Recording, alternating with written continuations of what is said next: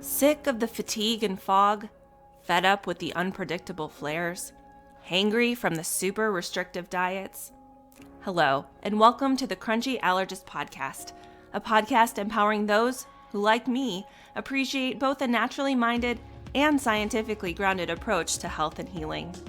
Hi, I'm your host, Dr. Kara Wada, quadruple board certified pediatric and adult allergy immunology and lifestyle medicine physician, Sjogren's patient, and life coach. My recipe for success combines anti-inflammatory lifestyle, trusting therapeutic relationships, modern medicine, and mindset to harness our body's ability to heal. Now, although I might be a physician, I'm not your physician, and this podcast is for educational purposes only. Welcome back to everyone who is joining us again on this episode of the Crunchy Allergist Podcast, and a super big welcome to anyone who's just joining us for the first time. We are always excited to talk about all things allergy, immunology, and anti-inflammatory living, and today we're going to focus a lot on this area of anti-inflammatory living. One of the supplements or food-based products I've incorporated into my routine are medicinal mushrooms. And we are really excited and honored to welcome a special guest today, Jeff Chilton, who's president of Nammex. He is a Pacific Northwest native and has studied extensively in the field of ethno-mycology. He's going to talk to us about what that means. But did his training at the University of Washington and really has had decades of experience in understanding mushroom cultivation, the safety, the things to watch out for. What are we looking for in these products? Why are they helpful? Why should we consider them? And why it's really important to look for certified organic mushroom extracts in your supplements. Nammex is a company that supplies those extracts to many supplement companies. I am so excited to welcome Jeff to the Crunchy Allergist Podcast today and dive into all things mushrooms. Dr. Wada, thank you so much for having me on. It's really great to be here with you. I would love if you could share a little bit more about how you ended up where you are today. Having grown up in Seattle, Pacific Northwest, Washington's the evergreen state. Why is that? It rains a lot. We have extensive forests of conifer trees. That also means is that we are one of the best places in the world for wild mushrooms. So I had mushrooms around me as I was growing up. And when I went to university, my field of study was actually anthropology, but I also took courses in mycology, which is the study of fungi. I put the two together and then looked at the use of mushrooms by cultures worldwide for food, for medicine, and in shamanic use. Mm-hmm. But then when you graduate, what do you do with a degree in anthropology? You don't, these days there are practicing anthropologists, but it was like social anthropology too. It wasn't like physical anthropology. So at any rate, I thought it would be great to learn how to grow mushrooms. I went to the only mushroom farm in Washington state. I applied for a job. I got a job. I was there for the next 10 years, literally living with mushrooms. It was just incredible. That's super fun and has me remembering back to really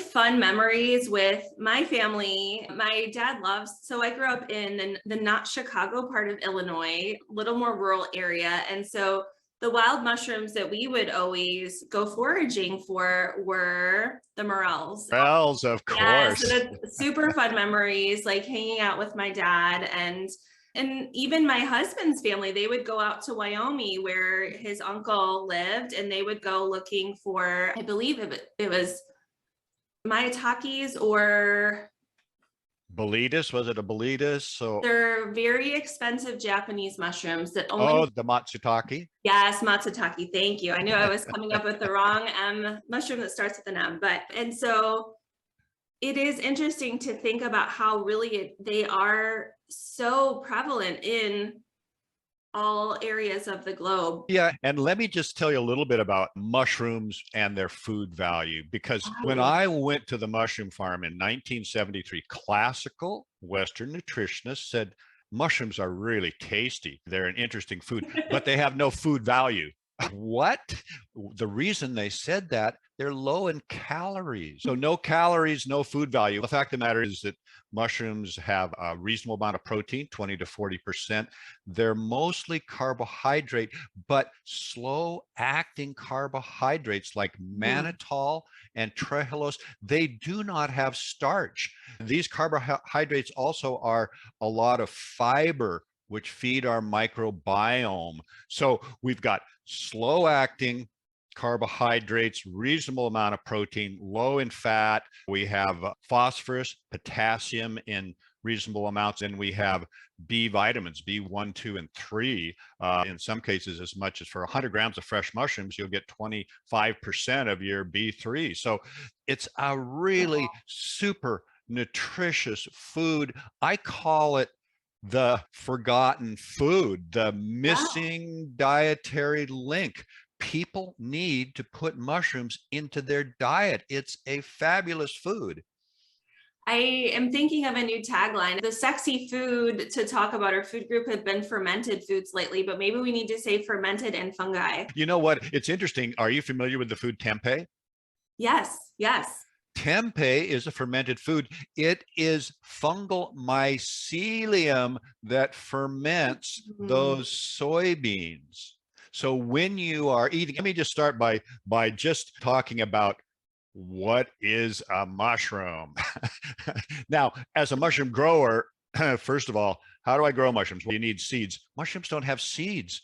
How do you grow these things? They have spores. These spores fly out in nature onto the ground, into wood. When conditions are right, those spores will germinate. They'll germinate into a very fine filament called a hypha. And when these hypha fuse together, they will form a network. That network is called mycelium. That mycelium is what we call the thallus, or the vegetative body. That's the body of it. And you know how it's like when you see a mushroom come in and go, where did that come from? It's not like an apple on a tree, right? Yeah. Like there's the tree. No, in this case, that mycelium, which acts somewhat like a root structure, it's underground or buried in its substrate, which may be the wood. So we rarely will see it. But when conditions are right, in the Northwest, that's the fall, temperatures drop, humidity goes up. Mushrooms need high humidity to grow. They need moist conditions. Up comes this mushroom, and over the next 2 weeks, it'll go from just a very tiny little, what we call a little pinhead, and it'll grow through the stages to a button, and then it'll get into the normal mushroom shape, the stem, the cap. Under the cap are gills. On those gills are where the spores are produced. It lets the spores go. So now we have a completion of the life cycle. And what's important here is that there are 3 primary parts to this organism that we call a mushroom: spore, mycelium, and a mushroom. And that's very important, because when you go to look for a supplement, you want to make sure that you're getting the proper plant part. So when you're looking for ginseng, you want a root. When you're looking for echinacea, you want the flowers, ginkgo, the leaves. This is really important, and every supplement you buy should and is required to tell you what plant part is in this bottle. What are you actually buying? So with this thing we call a mushroom, spore, mycelium, and mushroom, and it is traditional that it is the mushroom that has the majority of the medicinal compounds, and that's really what we focus on in terms of supplements. But look, this mushroom is an awesome food. It goes with everything. You can put it in your omelets, you can put it in your stir fries, you can just cook it up and eat it with meat if you're a meat eater. It's very versatile. You have to cook it right. Cook it on a high heat. If you cook it on a low heat, all the water will come right out of it. They'll be sitting in a pool of water, and then your kids will be complaining, those slimy mushrooms, I hate them.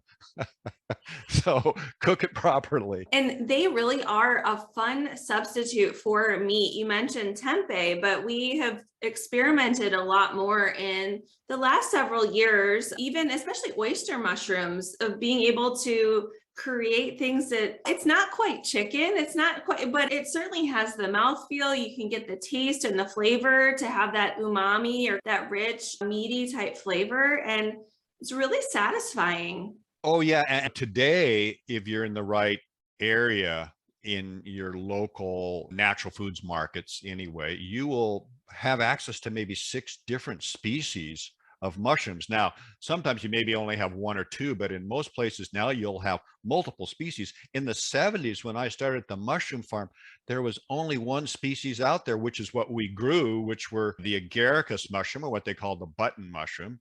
But what was really so cool is we had a Japanese scientist working for us, and he was experimenting with shiitake, oyster mushroom, and enoki-take. So Um, during that period, I was able to see how these other mushrooms grew as well. For me, that was just a fabulous extra part of my experience there at this mushroom farm.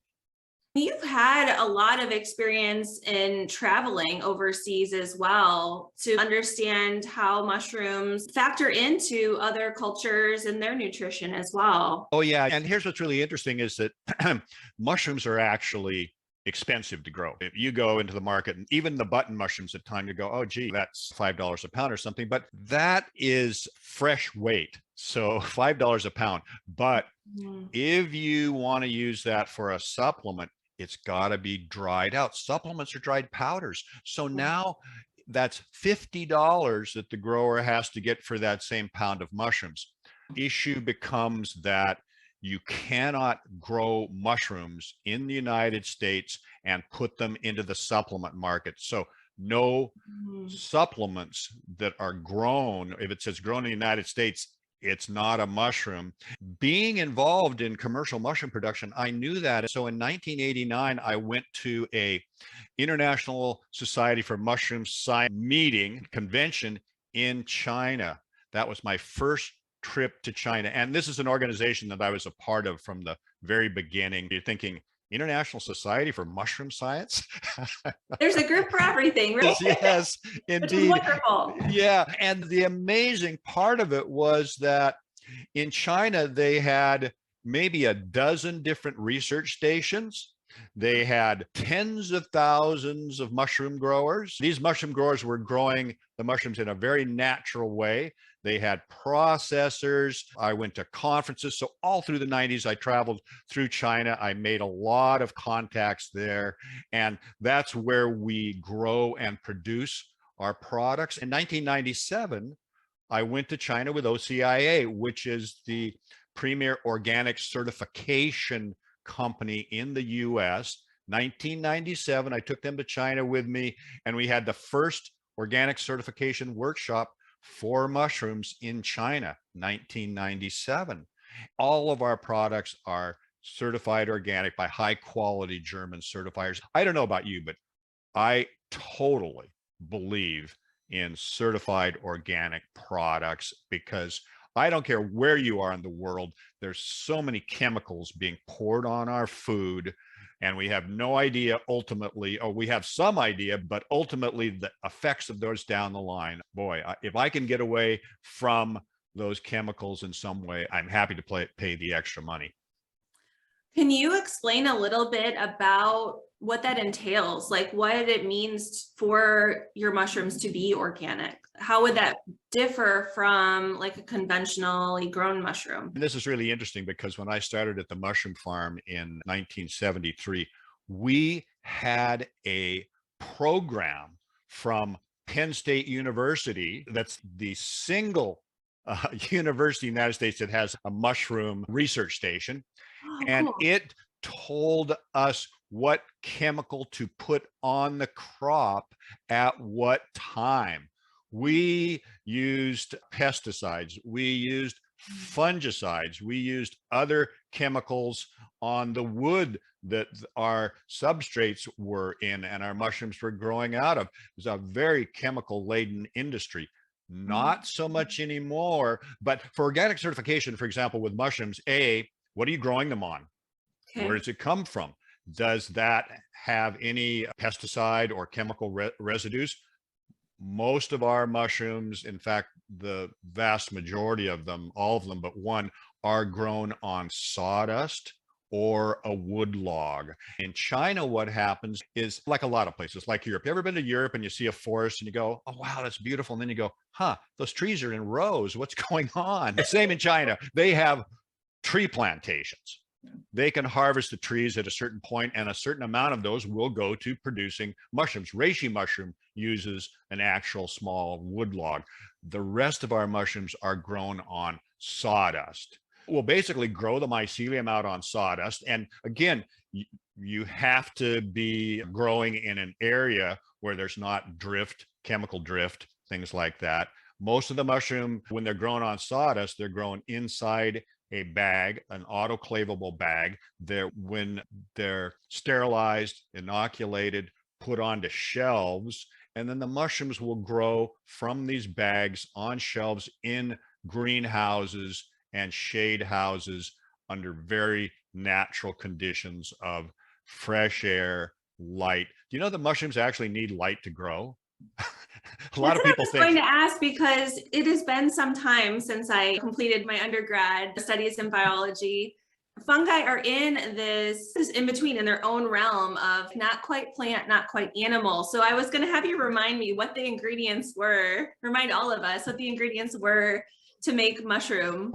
Yeah, again, and you're right, fungi have their own kingdom in between plants and animals. But again, what they need is they need some kind of cellulose. That's what they're feeding on. Mycelium that I was speaking about, what it does, its purpose in nature is to break down organic matter. It does that along with bacteria, bugs, anything that, is in the soil, other fungi. It's out there breaking down all that organic matter that builds up every year. You can imagine all of the annual plants that come up and die, all of the wood that comes off of tree, leaves, you name it, all of that organic matter. That's what this fungal mycelium will break down. The beauty of mushroom growing is that it always looks for an agricultural waste product. For example, a lot of people think, oh yeah, that button mushroom, it grows on some kind of manure or something. Not true. What it actually grows on is straw. Cool. Composted straw, basically. And the composting process is a process of microbes breaking down organic matter. It's really a cool process. But straw, it's looking for some kind of lignocellulosic material, which then it can break down. And that's what we're using, sawdust. Again, we grow in conditions in shade houses. When I was growing mushrooms, and what happens in North America, they grow in big warehouses or sheds. Have you ever seen or been to a mushroom farm? I have not. I've just been out in the forest with the turkeys and the deer and in nondescript Northern Illinois. Yeah, and we've all seen fields full of vegetables or corn or wheat or something like that. Lots of corn and soybeans here. Mushrooms primarily have grown in some kind of, whether it's a greenhouse or indoor environment, just because they need to control the humidity, they need to control the temperature. Now, the beauty of growing them in China is that they grow them according to the season. As the temperature, for example, the reishi mushroom likes hot temperatures. So it's growing during the summer, and then in September, it gets harvested. The shiitake and the maitake, they like cooler temperatures. So it's growing right up until, let's just say, November. It's harvested in November when temperatures are cooler. So it's a very natural environment that we grow our mushrooms in. And here's an interesting fact. China today grows over 85% of the world's mushrooms. Can you imagine? Over 85% of the world's mushrooms come out of China. And what we do is we harvest our mushrooms, we take them off to a facility that extracts them, turns them into a powder. all of this is organically certified. And ultimately, for supplement use, you will want to have it in some form, a dried powder that can be encapsulated or put into a smoothie or something like that. So that's what we do. And again, before I'm drinking a matcha latte with Rishi and did you my say lion's mane. yeah, So yeah. for anyone who's listening as opposed to watching, that's what I was Yeah, saying. and look, before anything leaves Referencing. China, we test it for heavy metals. We test it for pesticide, fungicides. We also will test it a complete microbiological panel. There's E. coli, salmonella, those kind of things. When it arrives in the US, we'll do the same thing. We'll test it again. We'll get tested 2 times. And look, we've talked a little bit about the supplement industry, and a lot of people think, oh, the supplement industry is not regulated at all. It is highly regulated. However, you can still have something that's organic, that's kosher, that's produced in CGMP, which is good manufacturing facility, and has all of those different, what I call merit badges. It can still be a lousy, ineffective product. In the mushroom supplement category, there's a lot of products that are manufactured with the mycelial stage. The way they do this is that they will sterilize grain, much like we were talking about tempeh, right? Where you're taking a grain and growing mycelium. They'll sterilize grain and they'll grow the mycelium on it. It covers the grain. Then they will take that grain out, they will dry it, grind it to a powder, grain and all, and they will sell it as a supplement and call it mushroom when there's no mushrooms in it at all. It's got a small amount of that mycelium stage, but mostly starch from those grains. And what we're really looking for and what makes mushrooms medicinal and why they're a functional food is they have compounds in their cell walls called beta glucans. These beta glucans are what give them this immunological potentiation. That's why they are a fantastic supplement. Now, when you test these other products, what you find out is they have next to no beta glucans and mostly what we call alpha glucans, which are starches. A mushroom is high in beta glucan and very low in alpha. What's interesting about mushrooms is that their storage carbohydrate is glycogen, like humans. Yeah. It's really interesting. Yeah. But that amount, that alpha glucan, that glycogen in a mushroom is very low. Mostly what you're getting with that mushroom is the beta glucan. That's what you're looking for. If you go looking for a supplement, make sure it doesn't say made in the United States. That automatically it's going to be this myceliated grain. Look to see whether it will tell you the amount of beta glucan in the product. That's very important. If it says high in polysaccharides, yes, a beta glucan is a polysaccharide, but so is starch. Yep. It just means polysaccharide, lots of sugars. That's right. Together.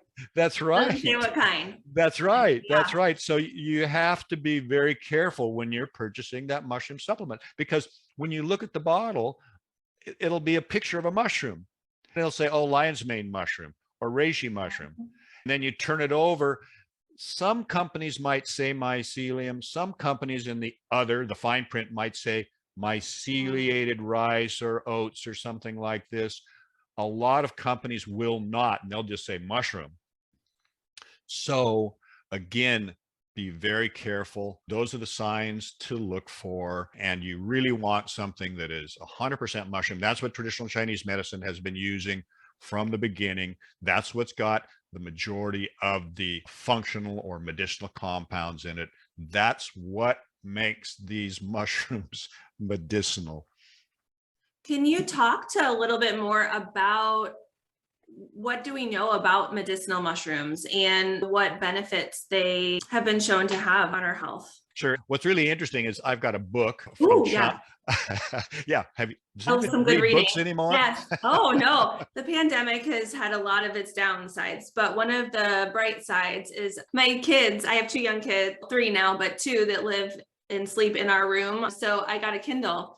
And rather than watching TV before bed, I'm reading for a good half hour, an hour at night. So it's been really great. So yeah. Yes, and I get it too. And essentially, the beneficial compounds in these mushrooms, and they'll start with the beta glucans. And what the beta glucans do, we actually have receptors in our lower intestines for beta glucans, which is really interesting. Some people speculate that's because fungi can be pathogens. So it recognizes the pathogen and then it activates the immune cells. Let's start producing macrophages, T cells, NK cells, things like that. This is what they'll do.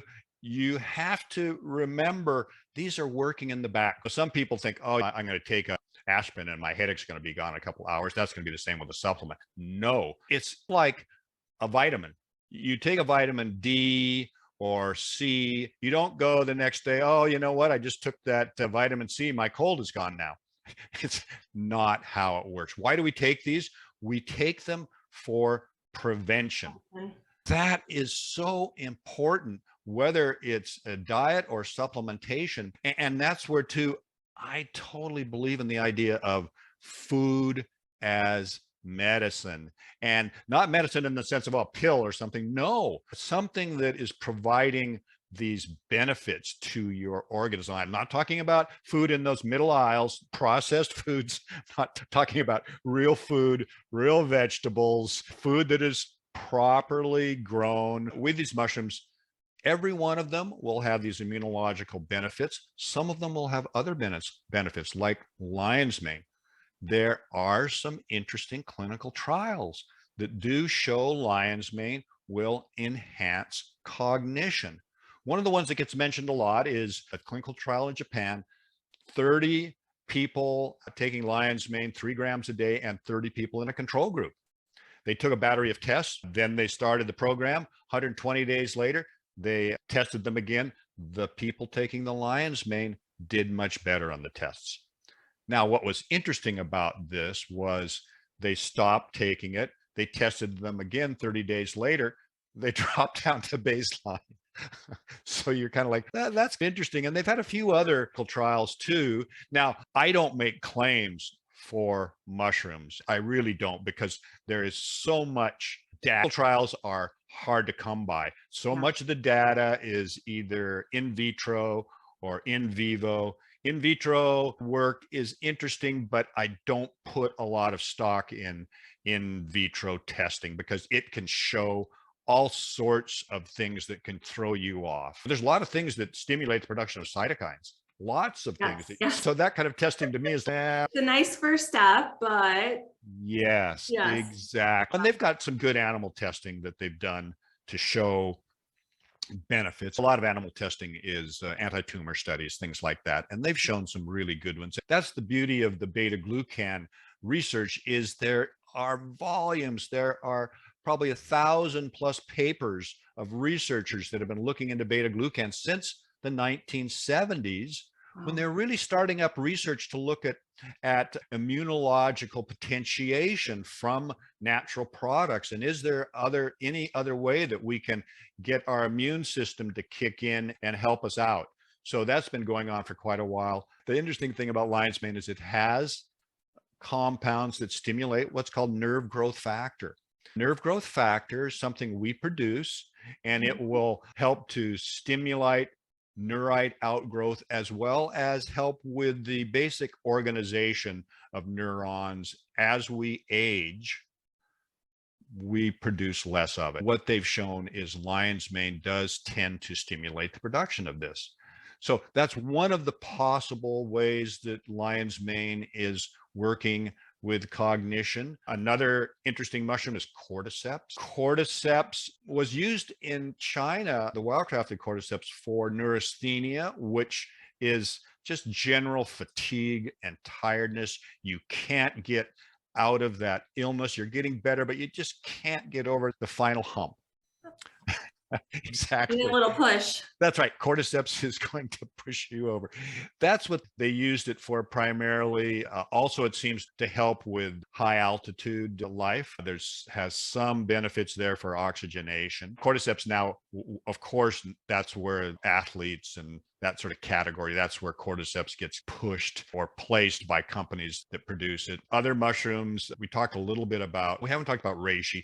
If there's one mushroom that you want to take, it would be reishi. We measure the beta glucan content of every single batch of extract that we made. Reishi mushroom has the highest beta glucans of all of the mushrooms, and they're anywhere from 25 to 60% in the different species, but reishi is consistently over 50%. The only other mushroom that reaches that high is the turkey tail.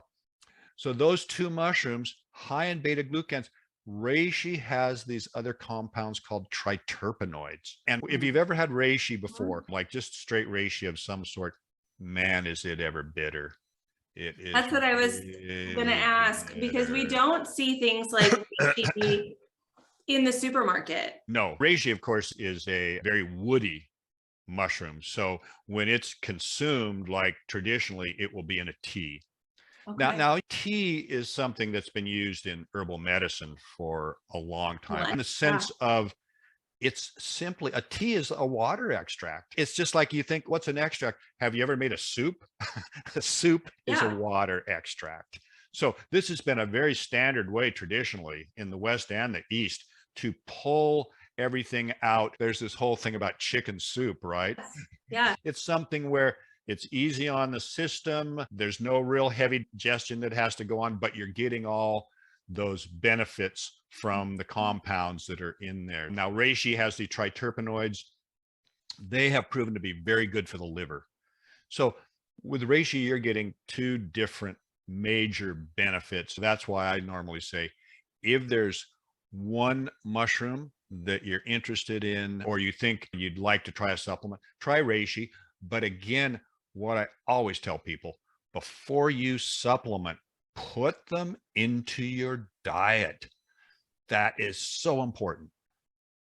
I'm curious what your favorite recipe is, or your favorite way of eating mushrooms. In terms of cooking mushrooms, I am a meat eater. I like my whatever it has to be. In fact, I really love seafood. I'm Pacific Northwest seafood. Yeah. So my favorite food in the world is salmon. And I eat salmon 3 or 4 times a week. When I cook it up, I'll make sure there's plenty left over. The next day I'll have salmon sandwiches. It's a fabulous food, salmon is. But basically with the mushrooms, I'll cook some up just individually to have on, let's just say, some kind of beef or something like that. Or I'll chop them up and with onions, and I'll work them into ground beef for a hamburger. Yes. Yeah. Or in fact, I love making stir fries. I love chopping up 1,000,001 vegetables and throwing them into a wok and walking them up. And of course, I'm going to put mushrooms into that as well. Those are my primary ways that I eat them. And I'll eat mushrooms probably 4 to 5 nights a week. I'll have some kind of mushroom into whatever it is I'm cooking. There's just so many ways and so many possibilities there. Isn't it funny that now there's actually mushroom burgers where it's actually just a huge mushroom cap, and maybe they put it between a couple of pieces of lettuce or something like that. It's just so cool and so versatile. I think we've come a long way since the 70s. Absolutely. I think I was born in the mid 80s and grew up in a very mom would make meatloaf, mashed potatoes. Sure, me too. Yeah. Meals. Yeah. But she would make these, we called them mock fillets. So it was like a cheaper version of filet mignon, but she would chop up some onion and some mushrooms and mix it with ground beef and make it like a little filet with a piece of bacon around it. But how things have changed now with my kiddos, they love ramen. So they love with the little enoki mushrooms in the soup. Oh, nice. We've done the burgers, the portobello burgers, and the stir fry, certainly, if I can get some good, nice mix of different varieties of using up whatever veggies are in the fridge and making a simple stir fry sauce, and dinner's ready as long as it takes to make the rice. which is great. Yeah, that's absolutely right. One of the things that's going on right now, which I'm a little bit concerned about, is the whole faux meat, the fake meat, or whatever. Yes. It gets me Big, a little. a lot of it, they're talking, okay, there's mycelium involved in it. I'm thinking, okay, if it's done, if you have mycelium grown on, let's say, tempeh, where it's grown on some kind of grains or whatever, if you eat grains, and a lot of people don't, but still, if it's grown on something like that, I'm like, fine.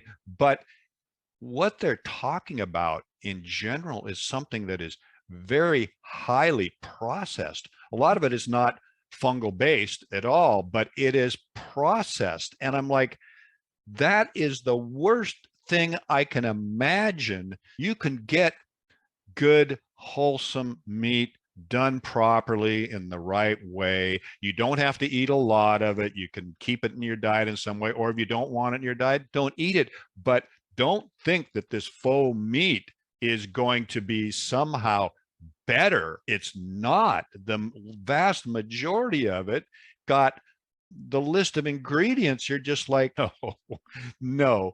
So people really need to understand that and not get fooled by thinking they're doing or eating something that is better than the actual thing.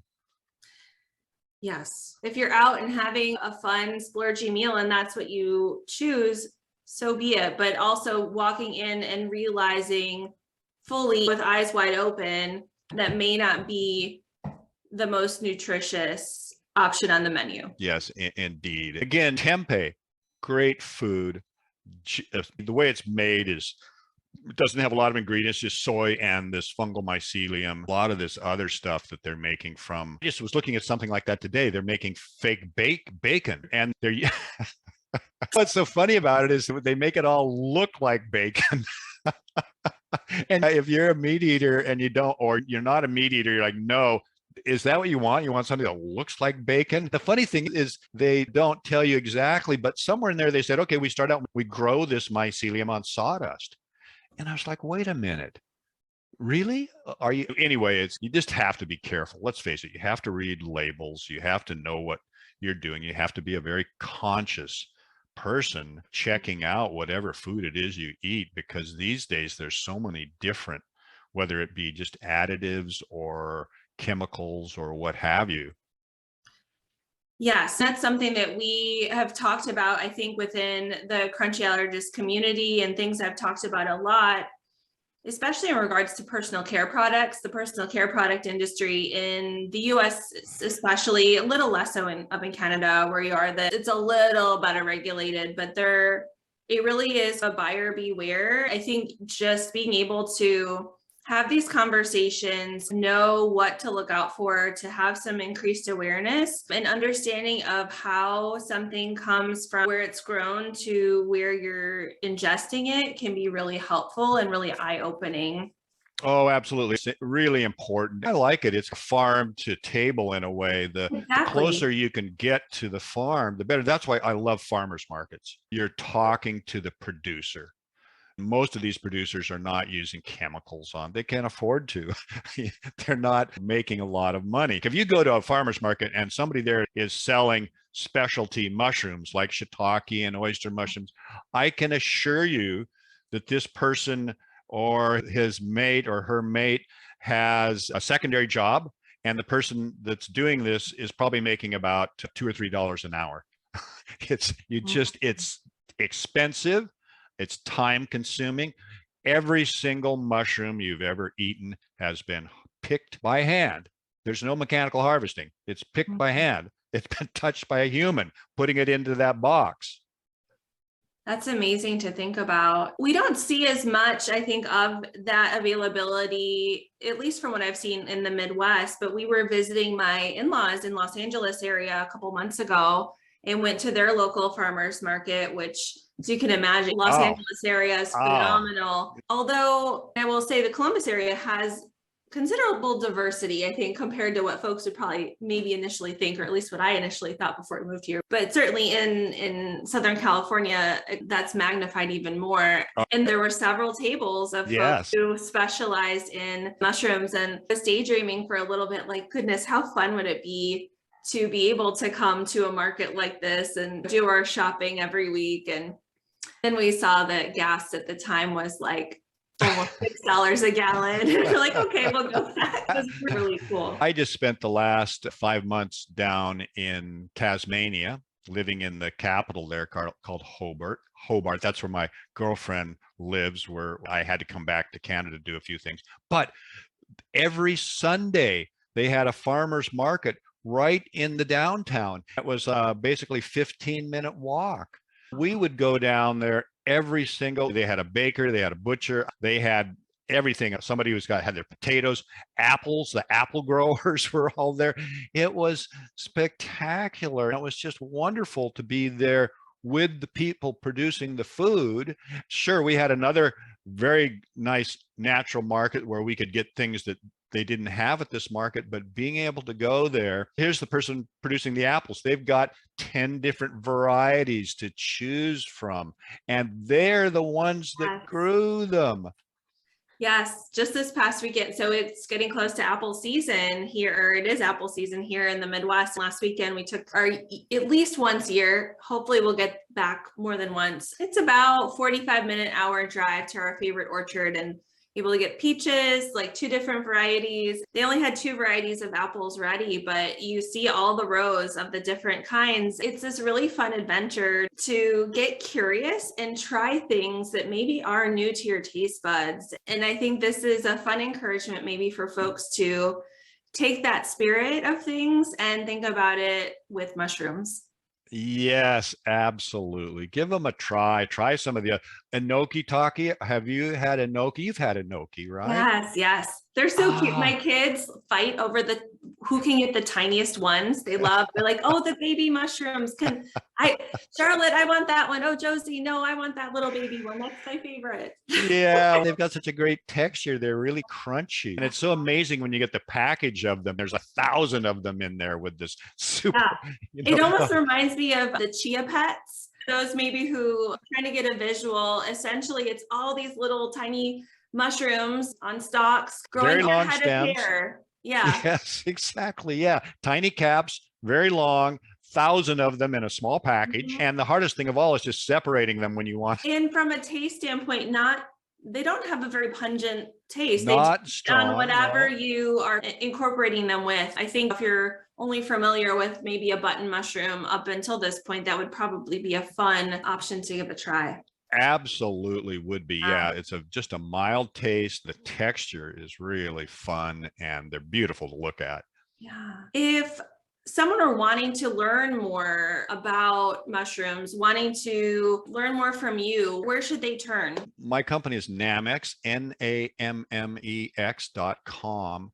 On our website, we have a menu that says education, and we've got slideshows on how we grow our mushrooms, how we process them. Plus, we have loads of information about mushrooms there. So please come and check that out. The other site that we have is called realmushrooms.com. That's a retail site for our products because Nammex is primarily a wholesaler to other companies. But on the Real Mushroom sites, they also have so much great information about mushrooms and very species specific and talk in greater detail than we do on the Nammex site. So either of those 2 sites, come and check out all the information we have because you can learn a lot for sure. And the slideshows are fantastic. I am super excited. I try to every couple years update. I have a presentation I give our fellows in training on natural ways to treat allergies, immune system conditions. I'm excited to dig into all that information to update that talk for later this year. Awesome. Awesome. That's great. Any parting words or thoughts you'd love to share with our community? I guess what I would say is I do truly believe that mushrooms are the missing link in our diets.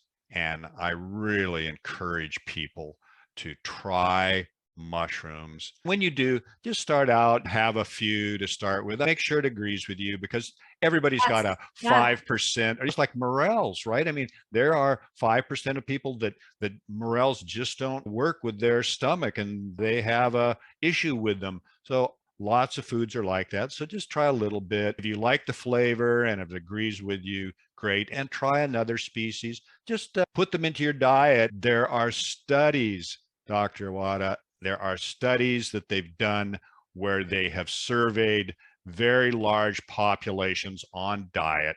And this is out in Asia, and they have found people who eat mushrooms live longer in these studies. I totally believe that. That is super cool. I would love, if you happen to have them handy, would love to dig in and I'm always excited to keep learning. I think that's my missions on life, just keep me from the fire hose. Yes, I've got some great articles that I'll send you for sure. Super cool. We'll work on getting those links and the links to your information, certainly in the show notes. And so excited for you to join us today, Jeff. And I learned so much. Thank you very much.